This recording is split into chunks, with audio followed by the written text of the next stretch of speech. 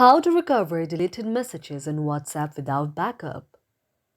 If any day you're a WhatsApp user and you would like to recover the deleted messages in WhatsApp without backup but you do not know how to do that, just follow the following steps. For this, first of all, you have to launch the My Files on your very Android device. After that, you have to go to the option of the internal storage. Now, after you tap on the option of the internal storage, you can see an interface like this. Now, after you see an interface like this, now in the search icon, you have to search whatsapp.com. If it's in the capital letter, you have to set it to the small letter there and then search the option of the whatsapp.com there. Now, after you search the option of the WhatsApp, you have to check whether all of the options of the WhatsApp are showing there. And you have to tap on the first option, that is WhatsApp.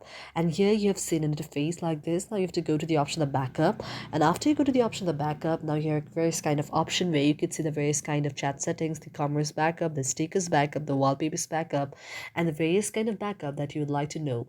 If you would also like to see the backup, you have to just download it on your very mobile device from the WhatsApp and you can see it. Thank you for watching our video, and if you really like it, do not forget to subscribe our channel.